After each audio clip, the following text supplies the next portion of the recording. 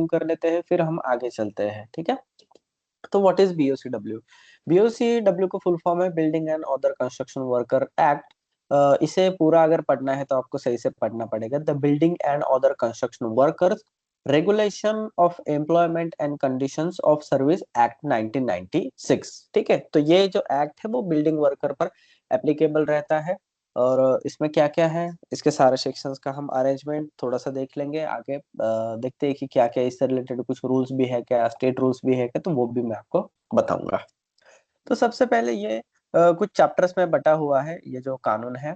और जैसे ही इसका ईयर हमें इंडिकेट कर रहा है कि ये 1996 में ये इनेक्ट हुआ था, मतलब ये कानून वहां पर आया था और वहीं से ही लागू हुआ है, ठीक है। तो अब हम इसके चैप्टर का काउंट देखते हैं। इसमें कुल मिला के 11 चैप्टर्स है, ठीक है। तो चैप्टर्स के नाम पहले देख लेते हैं, फिर उसके सेक्शंस के बारे में हम देखते हैं। चैप्टर 1 का नाम है प्रिलिमिनरी। जनरली इसमें क्या रहता है, डिफिनेशंस रहता है और इसका टाइटल, कहाँ एप्लीकेबल होगा, कौन से एस्टेब्लिशमेंट में एप्लीकेबल होगा, ये इसमें दिया जाता है। कोई भी एक्ट अगर आप पढ़ोगे तो चैप्टर जो 1 रहता है उसमें ये सारी चीजें दी जाती है, ठीक है। उसका टाइटल दिया जाता है, उसका एक्सटेंट दिया जाता है, कब कमेंस हुआ, कौन से एस्टेब्लिशमेंट पर ये एप्लीकेबल रहेगा उसके बारे में, और सेकंड पार्ट रहता है उसका डेफिनेशंस बताते हैं। चैप्टर 2, यहाँ पर advisory committee and expert committee की यहाँ पर बात हो रही है। ये चैप्टर उनसे रिलेटेड है, जैसे कि central advisory committee, state advisory committee, experts committee, ठीक है। और इससे रिलेटेड हमें क्वेश्चंस भी आए थे, अगर आप शायद याद होगा आपको, तो सेमेस्टर 1 में इसके रिलेटेड क्वेश्चन भी आया था। प्लस इसमें वेलफेयर बोर्ड का भी क्वेश्चन आया था, वो एक्ट अलग है, बीओसीडब्ल्यू का ये अमेंडमेंट है, वो भी मैं आपको बताऊंगा आगे। चैप्टर नंबर 3, यहाँ पर रजिस्ट्रेशन ऑफ एस्टेब्लिशमेंट की बात हो रही है। Appointment of registering officers, registration of establishment, revocation of registration in certain cases, appeal, effect of non registration, तो ये सारे सेक्शंस इसमें दिए गए हैं। चैप्टर 4 में registration of building worker as a beneficiary, क्योंकि बीओसीडब्ल्यू एक्ट का मकसद ये था कि जो भी बिल्डिंग वर्कर है सॉरी, तो उनको बेनिफिट पहुंचाया जाए। तो बेनिफिशियरी वही हुए ना, क्योंकि उनको सुविधाएं पहुंचाई जाए, उनका जो शोषण हो रहा था तो वो कम हो जाए, कहीं स्टॉप हो जाए, तो ये इसके पीछे का मकसद था। उनको टाइमली उनका वेजेस मिले, क्योंकि बहुत सारे कॉन्ट्रैक्टर यहाँ पर उनके जो वेतन थे या सैलरीज थी, वेजेस थे, वो दे नहीं रहे थे, ठीक है। या फिर उसमें कटौती बहुत ज्यादा हो रही थी, या टाइमली नहीं दे रहे थे, ठीक है। और दे रहे थे तो थोड़ा दे रहे थे, आधा बाद में दे रहे थे, तो ये सारा प्रैक्टिस, माल प्रैक्टिस एबोलिश करने के लिए यहाँ पर बीओसीडब्ल्यू का गठन किया गया था। और आज भी वो बहुत ही स्ट्रिक्टली फॉलो हो रहा है। अगर किसी भी कॉन्ट्रैक्टर के अगेंस्ट अगर कंप्लेन चली जाए, तो वो जो भी वेलफेयर ऑफिसर है या फिर जो भी बीओसीडब्ल्यू रेगुलेट करने वाला ऑफिसर है, स्ट्रिक्ट एक्शन लेते हैं उन पर। और ऐसा एक्ट में भी दिया गया है, और बाय प्रैक्टिस वैसा देख भी रहा हूं मैं, ठीक है। फिर यहाँ पर चैप्टर नंबर 5 है बीओसीडब्ल्यू कंस्ट्रक्शन वेलफेयर बोर्ड। अब यहाँ पर वेलफेयर बोर्ड और एक्सपर्ट कमिटी या फिर एडवाइजरी कमिटी, ये दोनों अलग है। तो ये भी याद रखना है, advisory committee, expert committee and welfare board, ये तीनों अलग है। तो फिर उसका कॉन्स्टिट्यूशन, उसका सेक्रेटरी, उसके मीटिंग बोर्ड, तो वेलफेयर बोर्ड के पास ज्यादा पावर दी गई है, ठीक है। इनका ऑफकोर्स उनका ड्यूटीज, उनका रिस्पॉन्सिबिलिटीज अलग अलग रहने वाला है, ठीक है। तो इसीलिए उनका पावर भी अलग अलग है, लेकिन बहुत ज्यादा पावर यहाँ पर वेलफेयर बोर्ड के पास दी गई है। फिर उसकी वैकेंसीज, फिर function of board, grant, loans by central government, BOCW welfare fund, उसका कहाँ कहाँ पर आप इस्तेमाल कर सकते हो, ये सारी चीजें इसमें दी गई है। Chapter 6, hours of work, welfare measures and other conditions of service of a building worker. हाँ, तो यहाँ पर जो नॉर्मल वर्किंग डे का आवर्स है वहां पर फिक्स किया गया है, जैसे कि फैक्ट्री एक्ट में भी देखा, मुझे याद नहीं आ रहा है सेक्शन कौन सा है वो। तो वहां पर भी वर्कर का जो भी आवर्स था वो 9 आवर्स में फिक्स किया गया था। और 9 आवर्स से ज्यादा अगर कुछ काम हो रहा है तो उसे हम ओवर टाइम में कंसिडर करते हैं। फिर ओवर टाइम का वेजेस किस तरीके से कैलकुलेट होगा, ये भी यहाँ पर दिया गया है, देखो सेक्शन नंबर 29 में आप देख सकते हो। फिर उसका रजिस्टर, रिकॉर्ड मेंटेन करना, prohibition of employment in certain of certain persons in certain building and other construction work, okay. Drinking water, latrine, urinal, accommodation, first aid, crochet, canteen, ये सारा चीजें इसमें दी गया है। Chapter 7 safety and health measures के बारे में है, जो भी हम पढ़ रहे हैं, तो सबसे ज्यादा आपको इस चैप्टर पर फोकस करना है। सेफ्टी कमेटी हो गया, सेफ्टी ऑफिसर हो गया। फिर उसके बाद ये सेक्शन 40 बहुत पावरफुल है, क्योंकि जो भी स्टेट यहाँ पर, जैसे कि महाराष्ट्र ले लो, गुजरात ले लो, आंध्रा ले लो, कोई भी स्टेट ले लो, अगर उसको बीओसीडब्ल्यू से कुछ रूल बनाना है, ठीक है, कोई भी रूल बनाना है, तो यहाँ से उसको पावर मिल जाती है सेक्शन 40 से। तो सेक्शन 40 से वो पावर उठाता है स्टेट गवर्नमेंट, और फिर अपना स्टेट वाइज रूल वहां पर बनाते हैं वो। तो कौन से रूल वो बना सकते हैं? तो make rules for the safety and health of building worker, ठीक है। तो सेक्शन 40 में सेट को पावर मिल गया कि भाई बीओसीडब्ल्यू जो भी वर्कर है, उनके सेफ्टी और हेल्थ के रिगार्डिंग आप क्या कर सकते हो यहाँ पर, रूल्स बना सकते हो। ओके, और एक सेक्शन है, section number 62 I guess. Yes, ये देखो, पावर टू मेक रूल्स। तो सेक्शन नंबर 62 अगेन इस एक्ट का पावर देता है कि स्टेट गवर्नमेंट, अप्रोप्रिएट गवर्नमेंट या सेंट्रल गवर्नमेंट अपने हिसाब से रूल्स बना सकते हैं, क्योंकि बीओसीडब्ल्यू एक्ट भी है और बीओसीडब्ल्यू रूल्स भी है, और ये दोनों ही सेंट्रल गवर्नमेंट के हैं, तो ये भी याद रखना। फिर यहाँ पर चैप्टर नंबर 9 है। चैप्टर नंबर 8 इंस्पेक्टिंग स्टाफ, जो भी बीओसीडब्ल्यू इंस्पेक्टर वगैरह है, तो वो उनके लिए है। Appointment of DG, chief inspector and inspector. तो जैसे आपका इंडस्ट्रीज के लिए, फैक्ट्रीज के लिए अगर आप देखोगे तो डिश डिपार्टमेंट बना है, वैसे ही कंस्ट्रक्शन के लिए बीओसीडब्ल्यू भी डिपार्टमेंट बना है, और हर एक स्टेट में है वो। फिर उस इंस्पेक्टर के पावर्स क्या क्या है? चैप्टर 9 में स्पेशल प्रोविजंस दिए गए हैं, जैसे कि एम्प्लॉयर की क्या रिस्पॉन्सिबिलिटी है, payment of wages and compensation की रिस्पॉन्सिबिलिटी क्या है। और इस एक्ट को पढ़ने के बाद मुझे ये पता चला कि बहुत ज्यादा ऑब्लिगेशन यहाँ पर प्रिंसिपल एम्प्लॉयर को लगाए गए हैं। अगर आप कॉन्ट्रैक्ट लेबर का भी एक्ट पढ़ोगे ना, तो उसमें भी यही दिया गया है, प्रिंसिपल एम्प्लॉयर को जिम्मेदार ठहराएगी, जो भी गवर्नमेंट है या जो भी लॉ है। तो पढ़ना आप, सीएलआर एक्ट भी उससे रिलेटेड ही है। दोस्तों, मैं यहाँ पर ये कहना चाहता हूँ कि अगर आप कंस्ट्रक्शन फील्ड में काम करते हो, चाहे हेल्थ सेफ्टी में हो, सेफ्टी जो भी हो, तो आपका एस्टेब्लिशमेंट सिर्फ सिंगल एक्ट के अंदर फॉल नहीं होता है। बीयूसीडब्ल्यू भले ही मेजर एक्ट है, लेकिन आपके एस्टेब्लिशमेंट में, आपके ऑर्गेनाइजेशन पे कॉन्ट्रैक्ट लेबर एक्ट भी एप्लीकेबल है, पीएफ एक्ट भी है, ईएसआई एक्ट भी है, इंडस्ट्रियल डिस्प्यूट एक्ट भी है, बीओसीडब्ल्यू रूल्स भी है। बीओसीडब्ल्यू तो एक्ट ऑफ कोर्स है ही है, प्लस स्टेट का भी बीओसीडब्ल्यू रूल्स है, वो भी एप्लीकेबल होगा। तो जब भी आप पॉलिसी बनाओगे, या जो भी आप रेगुलेट करते हो, चेक करते हो अपने साइट पर, या सिस्टम वहां पर बिठाते हो, कंप्लायंस के काम करते हो, तो देख लेना कि ये सारा चीजें भी वहां पर आपको कंप्लाई करना है, ठीक है। तो ये भी चीजें ध्यान में रखना। और ये जो मैंने ऐप डाउनलोड किया है वो ऑनलाइन है, ठीक है, तो ऑनलाइन वेबसाइट से डाउनलोड किया है। एक सेकंड का वक्त देना मुझे।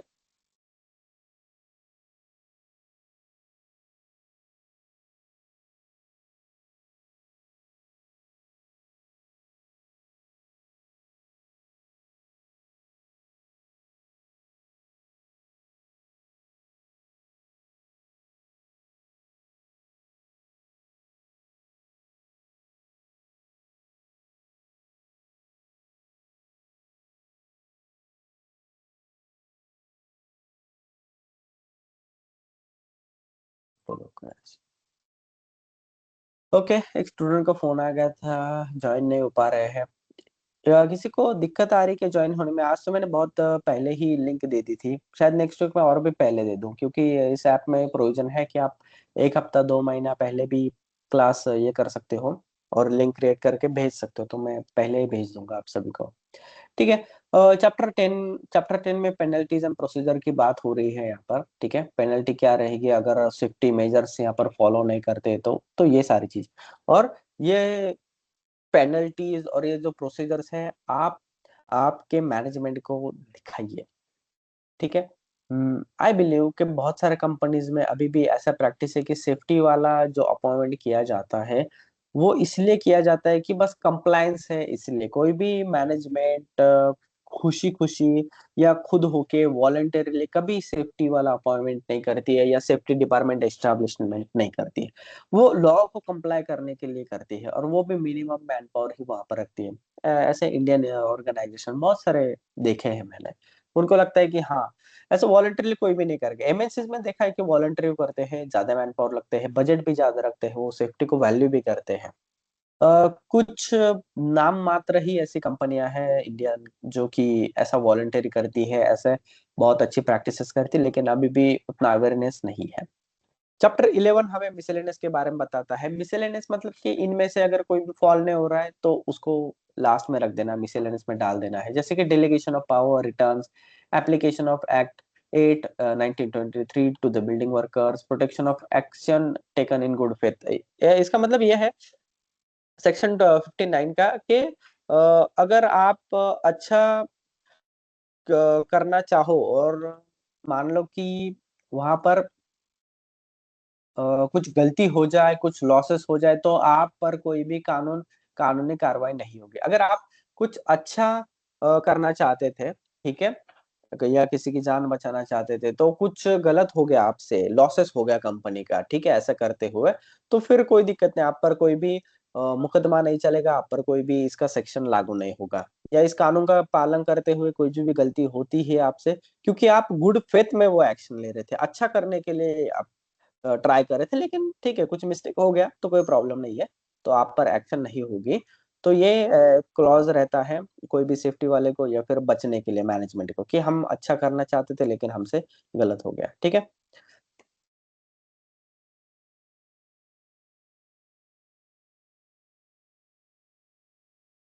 अगेन आगे जाते हैं फिर।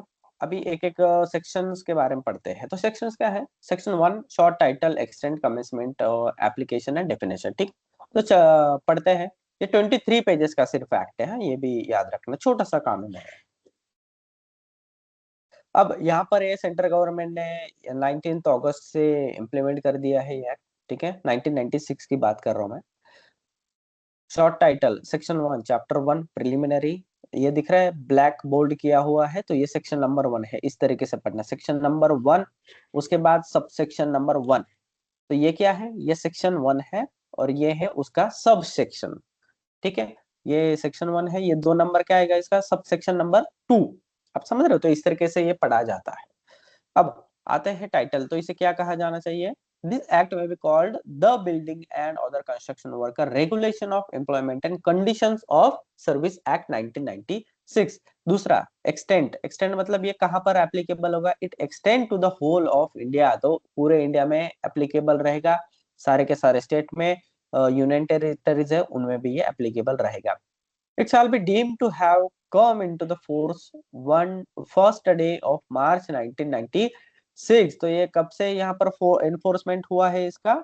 1 मार्च 1996 से। तो एनफोर्समेंट अगर आपको किसी ने पूछा है कि अगर ये एनफोर्समेंट कब हुआ है, तो ये 1 मार्च से एनफोर्समेंट हुआ है, ये लागू हुआ है। लेकिन ये इनएक्टमेंट का डेट क्या है? तो 19 अगस्त 1996। तो ये भी याद रखना, इनएक्टमेंट का डेट मतलब राष्ट्रपति की सही कब हुई थी, सिग्नेचर कब हुई थी।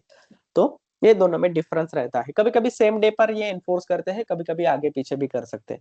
गवर्नमेंट के पास ये पावर है कि जिस दिन कानून बना है उससे पहले से भी ये लागू करा सकते हैं, तो ये भी याद रखना। मान लो कि ये अगस्त में इसका साइन हुआ, लेकिन ये कब से लागू हुआ? ये मार्च से भी लागू हुआ। तो ये भी आपको ध्यान देना है। It applies to every establishment. अब ये किस पर एप्लीकेबल रहेगा? एप्लीकेशन, ठीक है। अब ये क्या इंडिया के सारे कंपनीज पर लागू होगा? ये किस पर लागू होगा? तो इसके लिए आपको इसका एप्लीकेशंस पढ़ना पड़ेगा, जो कि सब सेक्शन 4 में दिया हुआ है सेक्शन 1 के। तो it applies to every establishment which employs or had employed on any day of the preceding 12 months 10 or more building worker in any building or other construction। ऐसी हर एक कंपनी पर लागू होगा जिसने पिछले 12 महीनों में, या फिर ऐसा मान लो एकदम आसान भाषा में, कि जिसके पास 10 या उससे ज्यादा बिल्डिंग वर्कर काम कर रहे हैं, 10 या उससे ज्यादा। अब आप बोलोगे सर बिल्डिंग वर्कर किसे कहना चाहिए? तो इसकी डेफिनेशन भी एक्ट में दी गई रहती है, तो आप पढ़ लेना यहाँ पर। तो डेफिनेशन जो कि सेक्शन 2 है उसमें देख लेते हैं कि बिल्डिंग वर्कर किसे कहा जाता है। सेक्शन सब सेक्शन डी में बिल्डिंग और अदर कंस्ट्रक्शन वर्क की डेफिनेशन है, उसके नीचे अगर आप देखोगे ई में, यस, यहाँ पर बिल्डिंग वर्कर की डेफिनेशन है। बिल्डिंग वर्कर किसे कहा जाना चाहिए?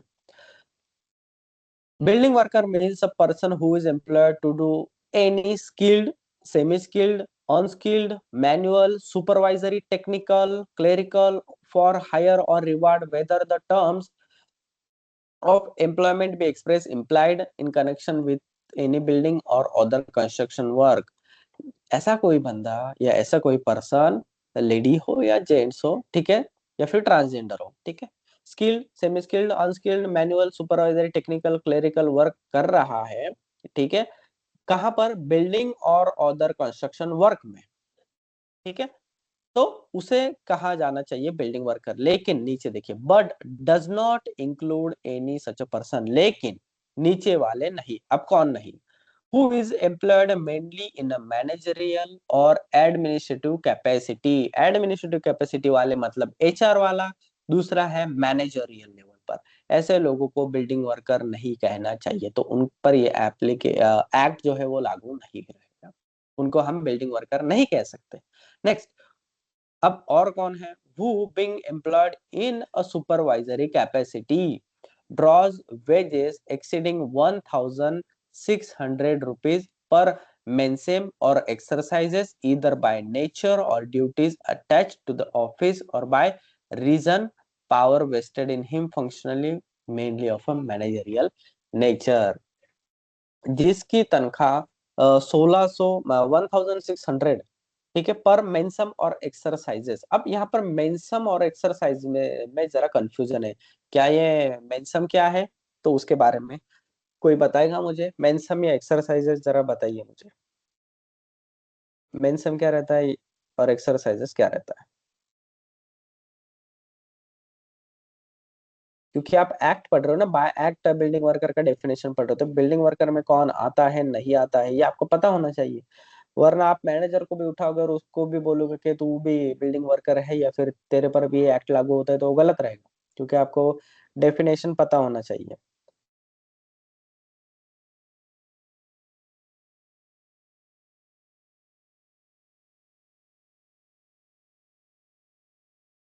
कोई भी मेंशन।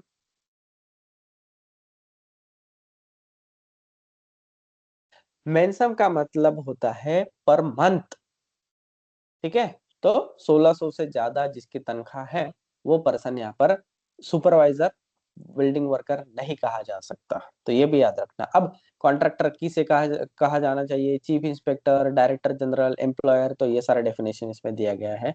अब आते हैं बिल्डिंग वर्क में क्या क्या आता है। बिल्डिंग और other construction work means construction, alteration, repair, maintenance, demolition, मतलब बिल्डिंग गिराना भी उसमें आता है। In relation to the building, street, road, railways, tramways, airfield. Tramways पता है आपको क्या रहता है? कोई बताएगा मुझे ट्रैमवेज क्या है? आई थिंक कोलकाता में, यस, पश्चिमी वेस्ट बंगाल अभी भी है ट्रैमवेज शायद। यस बोलिए। यस सर, कोलकाता में भी चलता है सर। अभी भी लाइक वो ट्रैमवेज है बस मतलब। जैसे, यस सर, हाँ, उसका अलग से रूट होता है, बस टाइप के होते हैं सर, और करेक्ट इलेक्ट्रिक करेक्ट। जनरेटर या डीजल जनरेटर पे चलते हैं।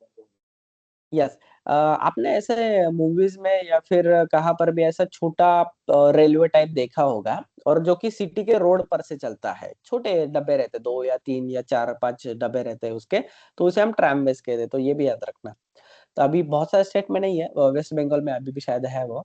Tramways, airfield, irrigation, drainage, embankment, navigation work, flood control work, ठीक है, ये generation, transmission, distribution of power, ये कौन सी पावर की बात हो रही है? इलेक्ट्रिकल पावर, ठीक है, तो वो भी बीओसीडब्ल्यू में ही आता है, मतलब building and other construction work. Okay. Water works, oil and gas installation, electric lines, wireless, radio, television, telephone, telegraph, overseas communication, dams, canals, reservoir, water courses, tunnel, bridge, viaducts, aqueducts, pipelines, towers, cooling towers, transmission towers, such other work as may be specified behalf by appropriate government by notification। ठीक है, उसके बाद but does not include any building or other construction work to which the provision of Factories Act 1948 or the Mine Act 1952 apply। अभी आपको building and other work का clarity यहाँ पर आ गया होगा, ये सारे काम। लेकिन फैक्ट्री एक्ट या फिर माइंस एक्ट जहां पर लागू होता है वहां पर बीओसीडब्ल्यू लागू नहीं होता है। तो ये भी ध्यान देने की जरूरत है आपको। ओके।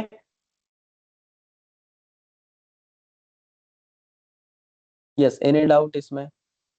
आई होप आपको अभी बहुत आइडिया होगा। छोटा एक्ट है, 23 पन्नों का एक्ट है, आप पढ़िए।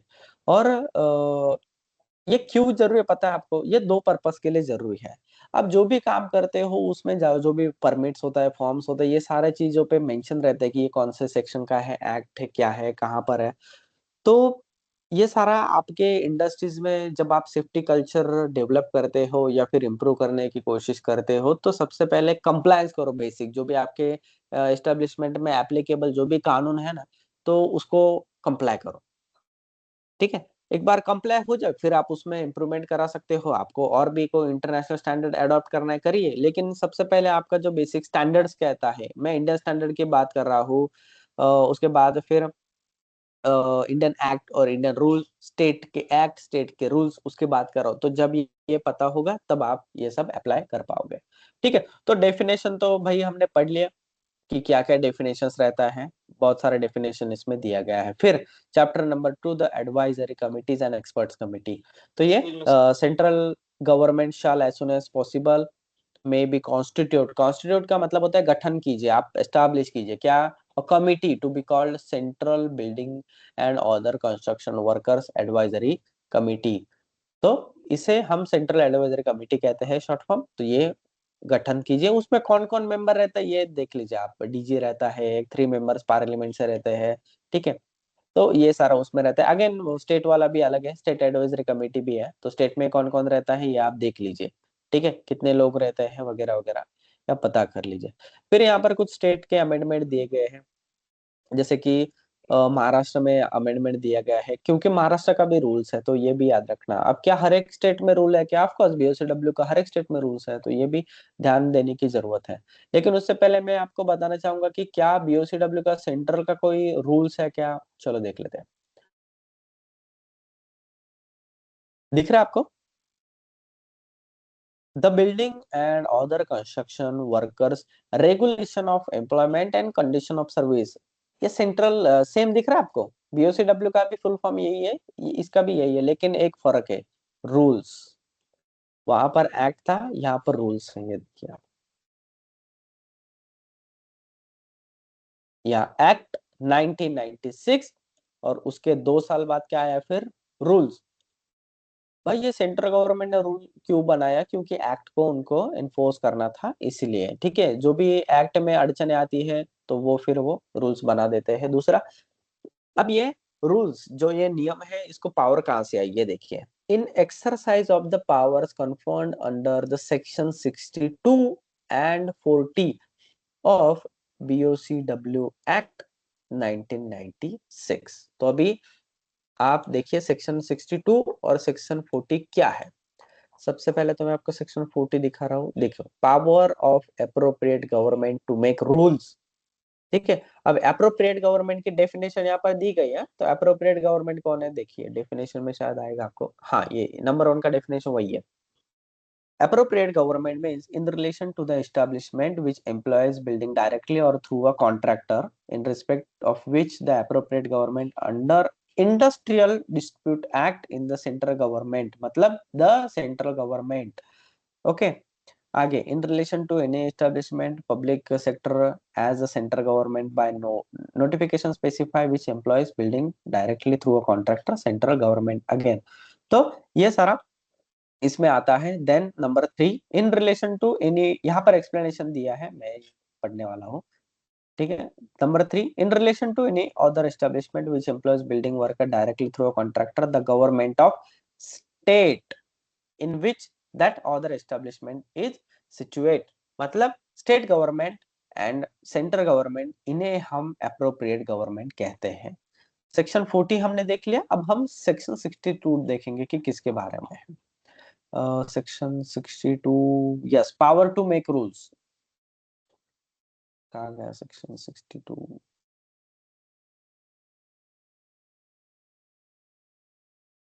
हाँ, the appropriate government may after consultation with expert committee, देखो ऐसा ही उठाया और रूल बना, ऐसा नहीं, after consultation with expert committee, मतलब आपको जो एक्सपर्ट कमिटी है, अब एक्सपर्ट कमिटी आपने सेक्शन 1 में पढ़ा रहेगा कि एक्सपर्ट कमिटी कौन है, उसका कॉन्स्टिट्यूशन सेंट्रल गवर्नमेंट को करा, उसके साथ कंसल्टेशन के बाद by notification make rules for carrying out provision of this act, तो फिर उसके बाद वो क्या कर सकते हैं, यहाँ पर रूल्स बना सकते हैं।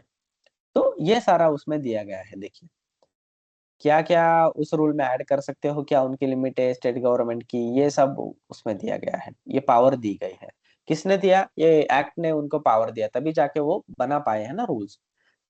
अब ये रूल का हम सेक्शन 1 पढ़ लेते हैं, तो कहाँ पर ये एप्लीकेबल रहेगा वो देख लेते हैं। अब इसको रूल को क्या कहने हैं आपको पता चल गया, बीओसीडब्ल्यू रूल्स, ठीक है, 1998, 2 साल बाद आया है एक्ट के। दूसरा, they shall apply to the building और other construction relating to any establishment which appropriate government is a central government under this act, they shall come into force on the date of their publication in official gazette, ठीक है।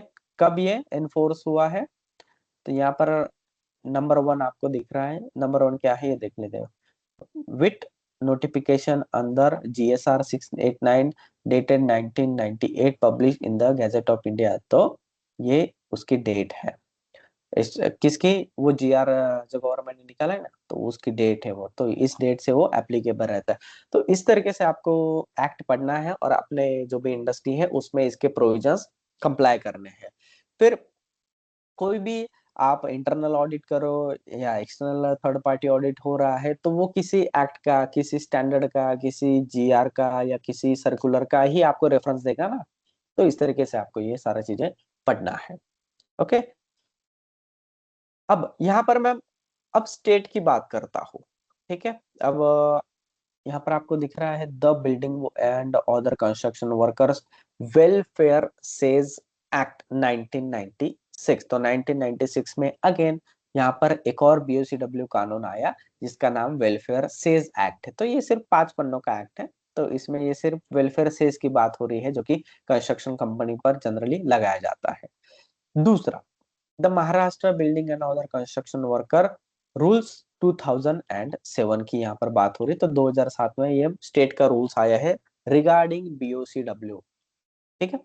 तो ये भी याद रखना। Again अभी यहाँ पर पावर की बात होगी, तो भाई महाराष्ट्र को किसने पावर दिया है ये रूल्स बनाने का, तो आप यहाँ पर पढ़ सकते हो, in exercise of power confirm by section 62 and section 40। Again यहाँ पर 62 एंड 40 की ही बात हो रही है जो कि एक्ट 1996 में दिया गया है।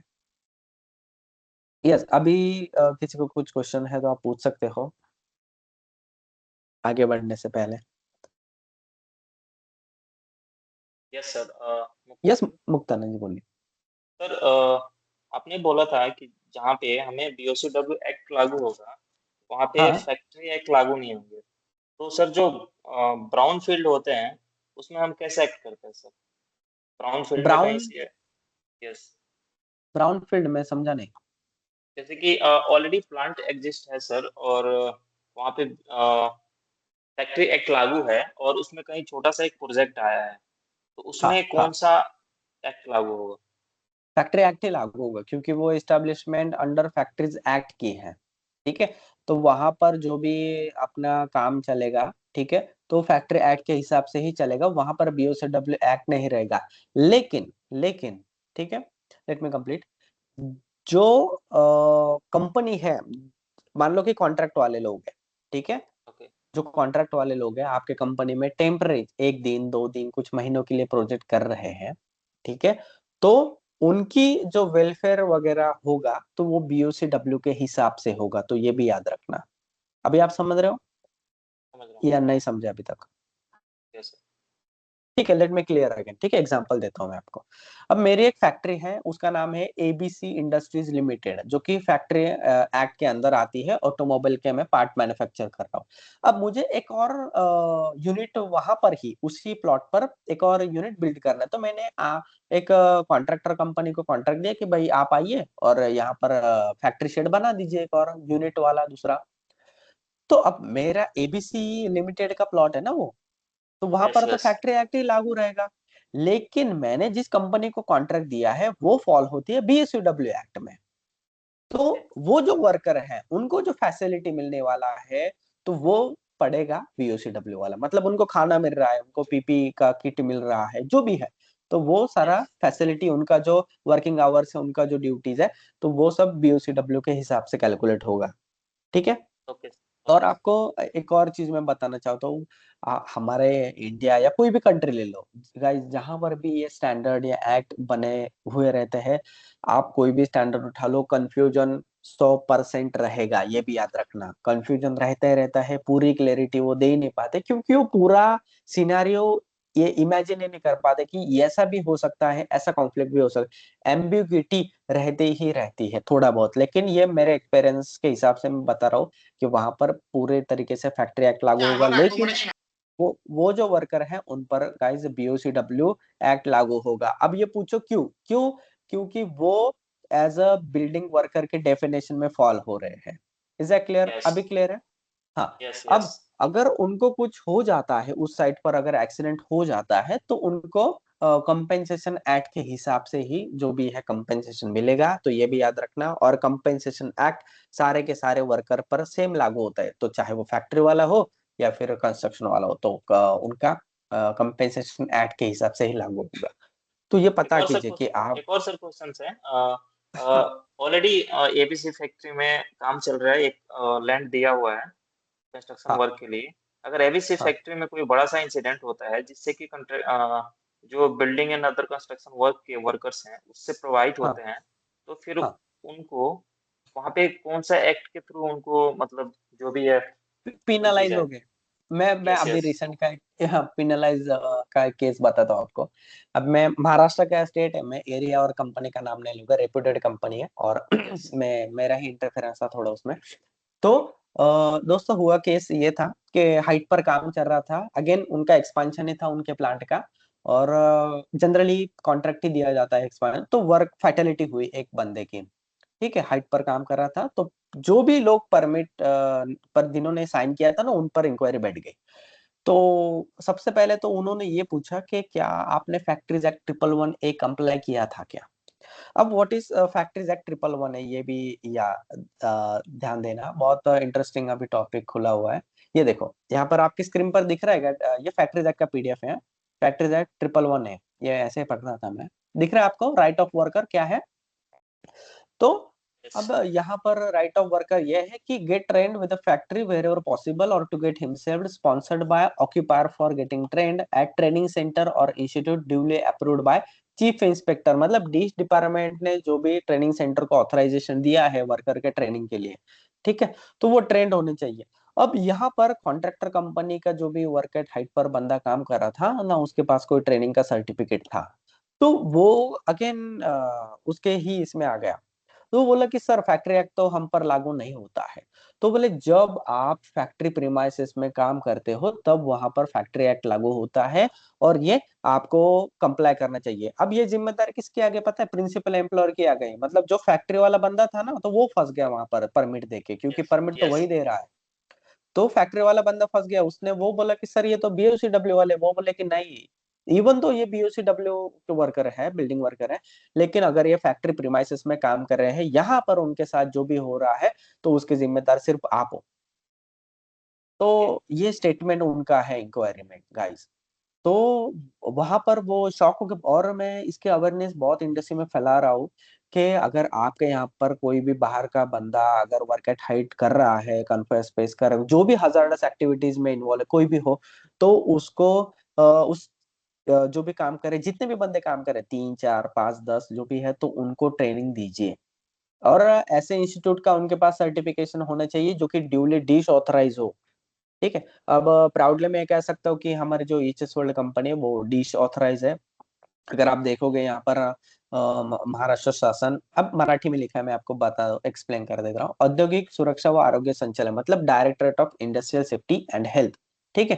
कारखाने अधिनियम, इसका मतलब है कि फैक्ट्री एक्ट 1948 6 कलम मीन्स उसका सेक्शन 111A अंतर्गत मीन्स उसके अंदर आता है ये, कामगारांना प्रशिक्षण देणारी संस्था मीन्स वर्कर ट्रेनिंग इंस्टीट्यूट अब इसका नाम देखो यहाँ पर EHS वर्ल्ड। तो इस तरीके से यहाँ पर ये सारा जो भी जिनके पास ये लाइसेंस है उसी इंस्टीट्यूट से आप ट्रेन कराइए, और उसका जो वैलिडिटी रहता है वो 3 साल तक रहता है।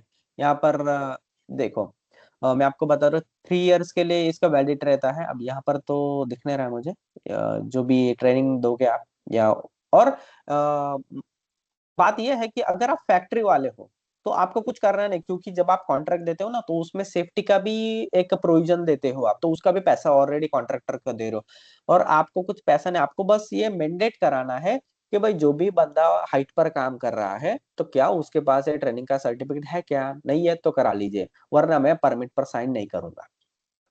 एक ट्रेनिंग सेशन में मैं देखा था, एक कंस्ट्रक्शन का बहुत सीनियर पर्सन था, वो बोला, उसका स्टेटमेंट ये था कि वर्क परमिट पर साइन करना मतलब डेथ वारंट पर साइन करना।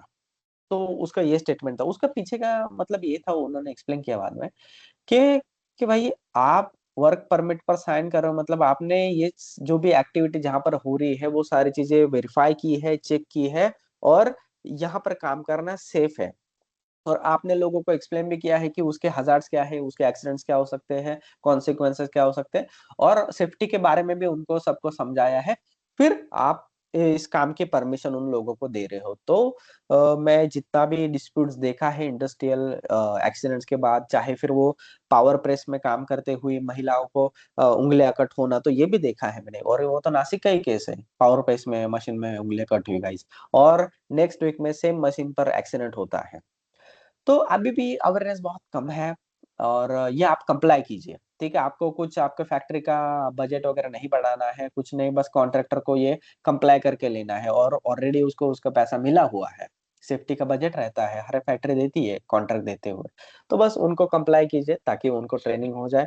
और ये 3 ईयर का सर्टिफिकेट है, जब 3 साल बाद जब खत्म होगा, एक दिन का उनका रिफ्रेशमेंट ट्रेनिंग होगा, रिफ्रेशर ट्रेनिंग होगा, फिर उसके बाद 5 साल की वैलिडिटी मिल जाती है। तो सोचो कि कॉस्ट कुछ ज्यादा जाता नहीं है इसमें, तो ये भी आप कंप्लाई करा लीजिए। अगर आपके फैक्ट्री में ऐसा कुछ कॉन्ट्रैक्टर का एक्टिविटी चल रहा है जो कि हजार्डस है, मैं हजार्डस की बात कर रहा हूँ, ठीक है, जैसे कि हॉट वर्क हो गया, वर्क एट हाइट हो गया, कन्फाइंड स्पेस में मेंटेनेंस का काम आ गया, तो ये सब हजार्डस एक्टिविटी आती है उसमें।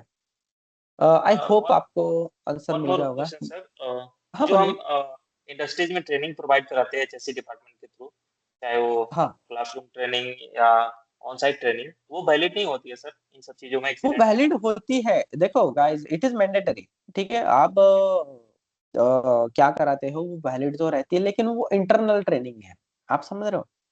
तो ओके। वो इंटरनल ट्रेनिंग है, वो वैलिड कराएगी ऑफ कोर्स, लेकिन you are not authorise to certify them ना। आप समझ रहे हो, आप यस। अटेंडेंस शीट साइन कर लोगे, आप बोलोगे हाँ हमने दिया है, लेकिन उसका ज्यादा वैल्यू नहीं पड़ता है जब डिस्प्यूट्स की बात आ रही है। मैं डिस्प्यूट्स की बात कर रहा हूँ, और यहाँ पर फैक्ट्री एक्ट में पूरी तरीके से मेंशन हुआ है कि यहाँ पर आपको अप्रूव्ड जो इंस्टीट्यूट रहता है उनसे ही ट्रेनिंग कराना है। दूसरा, अब ये ट्रेनिंग सबको कराने का ऐसा तो मैंडेटरी है, लेकिन दूसरा, अगर आप आपके जो लीड ट्रेनर है उनको भी ट्रेनिंग दोगे ना तो भी सफिशिएंट होगा, और फिर आप ऐसा दिखाओ कि हमारे लीड ट्रेनर ने हमारे सारे एम्प्लॉयज को ट्रेनिंग दिया। अभी आप समझ रहे हो, इस तरीके यस, से आप कंप्लाई मोस्टली कीजिए। मोस्टली इंडस्ट्री जैसे ही करती है, एक ट्रेनर हाँ, रखती है, उसको सारी प्रोवाइड करती है। यस। हाँ, ऑडिट में भी हम वैसे ही रिकमेंड करते हैं, मोस्टली इंडस्ट्री ऐसे ही करती है, लेकिन अगर आपके इंडस्ट्री में 1000 लोग हैं और आप सिर्फ एक और दो लीड ट्रेनर रखोगे तो कैसे बनेगा काम, ठीक है। तो उस रेशो से आप ये कीजिए, ठीक है। तो आप जैसे कि 10% का रेशो रखिए कि 10% लीड वहां पर होने चाहिए। और फैक्ट्री एक्ट में एक सेक्शन 95 भी है जहां पर ऐसा मेंशन है, कौन सा ईयर का अमेंडमेंट मुझे याद नहीं, कि आपके जो भी वर्कर है, फैक्ट्री की बात कर रहा हूं मैं, तो सारे के सारे वर्कर फायर फाइटिंग में ट्रेन होने चाहिए, ठीक है। तो आप प्रूव कैसे करोगे, तो इस तरीके से प्रूव होता है। अभी एक रिसेंटली एक ऐसा केस मिला मुझे कि वो बोले कि सर हम ऑडिट में सारा चीजें कंप्लाई करते हैं, हमारे फैक्ट्री में जो बंदा फायर फाइटिंग का जो फैसिलिटी है, फायर फायर ऑडिट की बात कर रहा हूँ मैं, third party fire audit. Audit हमेशा थर्ड पार्टी से ही होना चाहिए, एक्सटर्नल पार्टी से होना चाहिए, इंटरनल तो होता ही है नो डाउट, लेकिन थर्ड पार्टी जब आती है ना तो एक अलग ये रहता है, और उसका स्टैट्यूट भी अलग रहता है। तो वो बंदा मुझे बोला, ईएचएस का हेड है, और उसका स्टेटमेंट सुनो, वो बोला कि सर हमारे यहाँ एएमसी जो कराता है वही हमारा ऑडिट करके देता है फायर का। मैंने बोला जो बंदा फायर आपके फायर सिस्टम का ऑडिट ये कराता है, मेंटेनेंस कराता है, क्या वो सच में एलिजिबल एलिजिबल है क्या? आपके स्टेट का एलिजिबल क्राइटेरिया क्या है? तो मैंने सारा उसको दिखाया। महाराष्ट्र की बात कर रहा हूँ मैं। दूसरा उसको बताया कि आपका ही एएमसी प्रोवाइडर जिसने सिस्टम इंस्टॉल किया है वही एएमसी करा रहा है। क्या वो आपके सिस्टम में, फायर के सिस्टम में क्या गलतियां दिखाएगा क्या? क्योंकि वो तो सिस्टम खुद का ही है, वही मेंटेन कर, वो क्यों गलतियां दिखाएगा? बराबर है। और दूसरा तो उनसे ही अगर आप ऑडिट करा रहे हो तो वो तो सेल्फ कॉन्ट्राडिक्टरी हो गया। और ये जो यहाँ पर ऑडिट कराते हैं ना जो भी लोग, तो उनको लगता है कि बस सिस्टम देख लिया, फायर का सिस्टम ओके है, चलो ऑडिट खत्म। ऑडिट में मैंने उनको बताया कि 20% ओनली फायर सिस्टम देखा जाता है, 80% तो दूसरा ही रहता है। पैसिव सिस्टम देखा जाता है, स्ट्रक्चर देखा जाता है, बाकी के आपके सीए के रेगुलेशंस देखे जाते हैं, इलेक्ट्रिकल एक्ट के कंप्लायंसेस देखे जाते हैं गाइस, ट्रांसफार्मर की देखा जाता है। क्या उसने देखा क्या? वो बोला नहीं। मैंने उनका ऑडिट रिपोर्ट देखा। ऑडिट रिपोर्ट सिर्फ 2 पन्नों का ऑडिट रिपोर्ट है गाइस, और वो भी back to back, single page है, बैक टू बैक। मुझे हंसी आ गई। मैंने बोला ये ऑडिट रिपोर्ट है? मैंने बोला बढ़िया है। और वो कंपनी मेजर एक्सीडेंट हजार्ड की कंपनी है, ठीक है, अगर एक्सीडेंट हो गए तो मेजर एक्सीडेंट होगा। वहां पर ऑडिट रिपोर्ट कैसा लिखा हुआ उस बंदे ने, या फिर जो भी कंपनी है उन्होंने XYZ, उन्होंने लिखा है कि फायर अलार्म सिस्टम ओके, बस टिक कर दिया। फिर नीचे लिखा है कि fire hydrant system present, yes, tick कर दिया। तो ये चेकलिस्ट है, मतलब सिस्टम प्रेजेंट है, बस उतना ही उसने ऑडिट कर दिया है। Water tank, fire extinguisher present, उसका क्वांटिटी का, कैपेसिटी का, बात खत्म, हो गया ऑडिट। मैंने बोला ये ऑडिट है? मैंने बोला ये तो सादा इंस्पेक्शन भी नहीं है, ठीक है। तो और फिर ये इस तरीके से किया जाता है। फिर हम उनको हमारे ऑडिटर दिखाते हैं, ऑडिट रिपोर्ट दिखाते हैं कि इस तरीके से आपको कंप्लाई करना चाहिए। तो फिर उनकी आंखें खुलती है, फिर बोलते हैं अरे हाँ। तो ये है सारा चीजें। आई थिंक आपको सर आइडिया आ गया होगा कि yes yes sir, BOC. Idea आ यस गया। वन बोलिए। More question sir.